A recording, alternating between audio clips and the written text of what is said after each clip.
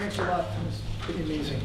Our final speaker is David Kidd, and David has been an activist around this town a lot longer than I have, and has been a community worker, a trade union activist, and a political activist. And he's going to talk about just some of the challenges that we, as part of the left, the radical left, what kind of options we tend to have and that are openings and closings. David. It's an honor to be here along with these other great activists today. I'm going to give you a Twitter version of the history of some municipal activism in this city, because I have 6 minutes, but I'm just going to bust it, okay? I started in the 70s as a municipal activist living in Spadina area, and at that point the Tories and the Liberals would make negotiations between who was going to sit where, provincially, municipally, or federally. My first campaign was just to make sure that where I lived was a Tory-free campaign zone. So I tore down every Tory sign there was ever put up in my area. It then changed to how to get people to vote for an alternative. So a brief history of things, and again, this is a Twitter feed, but in the 50s and the 60s, Labour Council, who had been active in municipal politics since before World War I. They're the ones who why we have a public transit system and why we have a public education system is because of Labour Council.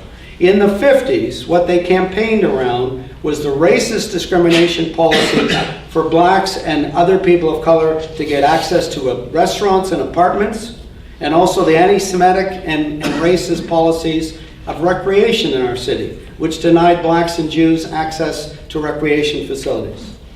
They also, every campaign, every election, they actually developed a municipal platform that they distributed to workers.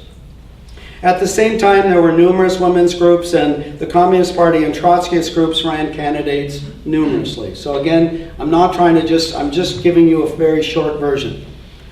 The 70s and the 80s, oftentimes when people talk about that period, they talk about it as a time of reform politics, and they often talk about the leaders who got finally elected. But what they don't talk about, it was a time of huge community mobilization and organization of the beginnings of gentrification in our city.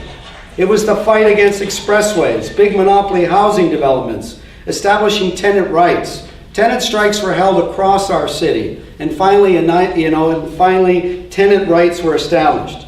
It also was a time against far-right and fascist organizing. It was to establish police accountability. It was the beginnings of anti-carting, and it was establishing links and mobilization in immigrant communities, and it was the affirmation of gay and lesbians around their rights. Because for periods of time, they couldn't even go out to a bar on Halloween night without being attacked. And notable campaigns of that period, just to give you examples of completely different things, there was a black soul support mother from Regent Park, Caroline Wright, who ran for mayor and came second at that point and established what the agenda was in that municipal election of fighting for poor people's rights. There also was a campaign at that point. People were preoccupied in bringing the Olympics to this town at a time when the homeless numbers were growing and growing, and Red Knot Circus has made an impact in this time and stopped the Olympics from coming here in 1996. That was a victory as far as we were concerned. In the 1990s and the 2000s, this is the beginning of some of the public sector unions fights, and joined by environmental groups and others around the privatization. It's ironic to talk about this today, but the key fight at that point was around the sale of public water. And it had to be a massive mobilization to stop that. The city was going to do that. Again, as you've heard in recent times, it was the fight against the amalgamation of the city. It was the rise of different groups like Black Lives Matter, No One Is Illegal, and OCAP that made a real difference. It was a real change in terms of the debate around party status. There were people, Liberals and Tories have been organizing since time immemorial, but the NDP has debated forever whether they should have party status. One of the reasons why they didn't go to party status is that some of the members of the NDP running for election in this city did not want to be subject to any form of discipline. There also was a time, and again it still exists to this day, where numerous mass movements have been indifferent to elections. And this was the time, the last period I'm telling you about, was one of the reasons why we have a strength in right populism, because we went through 2 deep recessions in our city.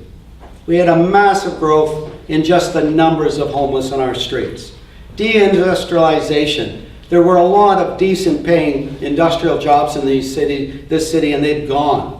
And so a lot of the core support of the rise of right populism is among the poor working class who've been awarded to blame other people for the situation they face and for the fact that the municipal left did not offer solutions to what they were facing or hope on where they could go. So this history just provides again, like I say, it's a Twitter version. It provides insight in terms of, thank you, how to fight forward and to learn from the successes and failures. Because as Martin Luther King Jr. always said, you can't know where you're going unless you know where you've been. And municipal activism has always been rooted in the communities of our city.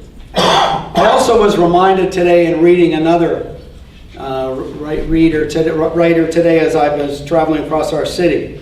Fighting for democracy is like fighting oppression. It's not something where you win and then it's over. Fighting for democracy in our city is an ongoing, everyday, ever-present struggle. And what we need to do is renew our analysis and strategic sense of how to build working class power. Now, one of the things that's before us, Ford, again, the provincial Tories have come out with their attack on democracy in Toronto. One of the comments that has already been made in our city is it's time to build community councils again. One of the things that's forgotten from Harris is that Harris and Tories at that time eliminated the role that parents' councils had in the decision-making at the school board. It also is part of fighting back against this is not just to count on whoever's elected to City Hall, but to build local democratic organizations that will fight for people's needs. The other thing the last part I'm going to finish with, as socialists, we need to start to build programmatic unity on where we need to go. One of the very simple weaknesses of the campaign against Harris and the Days of Action was the main goal of that whole movement was just to stop Harris, just to stop him. And so 20 years after Harris, welfare rights are still at the level they were when Harris cut them 20 years ago. Subsequent governments did not come in and raise them up. Subsequent governments did not come in and undo a number of the basic attacks on the working class that Harris put in, and Ford's gang is just going to increase. So what do I mean about programmatic? And some of this you heard tonight. Some of the other panelists spoke eloquently of this. The Free Transit campaign is a perfect example of how to talk to people about where we need to go. You heard Stefan talking about what we need to do around housing. We are still just talking about things that will not accomplish where we need to go. We need to public land banking, expropriation, public housing, co-ops, nationalize of creating affordable housing. To count on the private market will never succeed. We need to maintain free public education and healthcare. We need to protect and expand public assets in our city. And the last thing I would add, and again, I'm just rushing through this, consequent of the time, is that we need a municipal human rights code.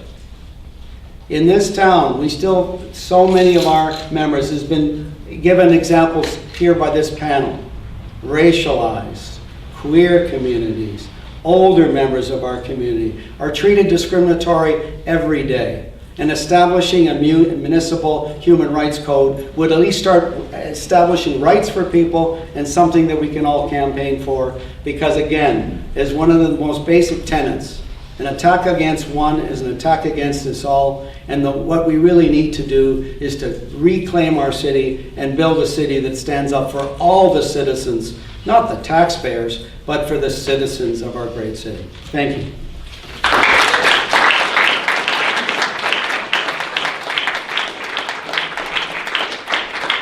Thank you, everybody. Now, I guess